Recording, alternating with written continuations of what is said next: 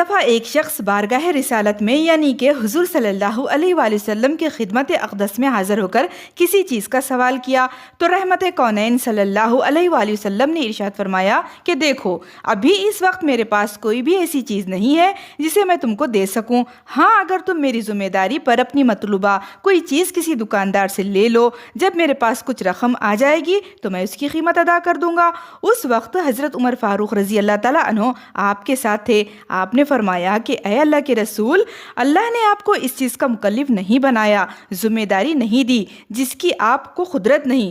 حضرت عمر فاروق کی یہ بات حضور صلی اللہ علیہ وآلہ وسلم کو ناپسند آئی۔